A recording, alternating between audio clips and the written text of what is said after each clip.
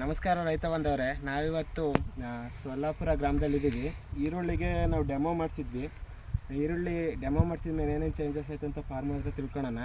First ರೈತರು ಪರಿಚಯ ಮಾಡ್ಕೊಳ್ಳೋಣ. ಸರ್, ನಿಮ್ಮ ಪರಿಚಯ ಮಾಡಿ. ನಮಸ್ಕಾರ ಸರ್, ನನ್ನ ಹೆಸರು ಮುರಳೀಧರ್ ಅಂತೇಳಿ. ಸರ್, ಊರು ಸೊಲ್ಲಾಪುರ, ತಾಲೂಕು ತರಿಗೆ ಅಜ್ಜಂಪುರ, ಡಿಸ್ಟಿಕ್ಕು ಚಿಕ್ಕಮಗಳೂರು. ಸರ್, ಈಗ ಈರುಳ್ಳಿಗೆ ನಾವು ನಿಮಗೆ ಸ್ಪ್ರೇ ಮಾಡಿಸಿ ಆಲ್ಮೋಸ್ಟ್ ಇವತ್ತಿಗೆ 8 ದಿವಸ ಆಗಿದೆ. 8 ದಿವಸದಲ್ಲಿ ಏನೇನು ಚೇಂಜಸ್ ಆಗಿದೆ ಸರ್ ಈರುಳ್ಳಿ? ನೀವು ಸ್ಪ್ರೇ ಕೊಡೋದಕ್ಕಿಂತ ಮುಂಚಿತವಾಗಿ ನಾವು 2 ಸಲ 20 ಗೊಬ್ಬರ ಹಾಕಿದ್ವಿ. ಅದಾದಮೇಲೆ 18, 24 ಗೊಬ್ಬರ ಹಾಕಿದ್ವಿ. ಅದಾದ ನಂತರ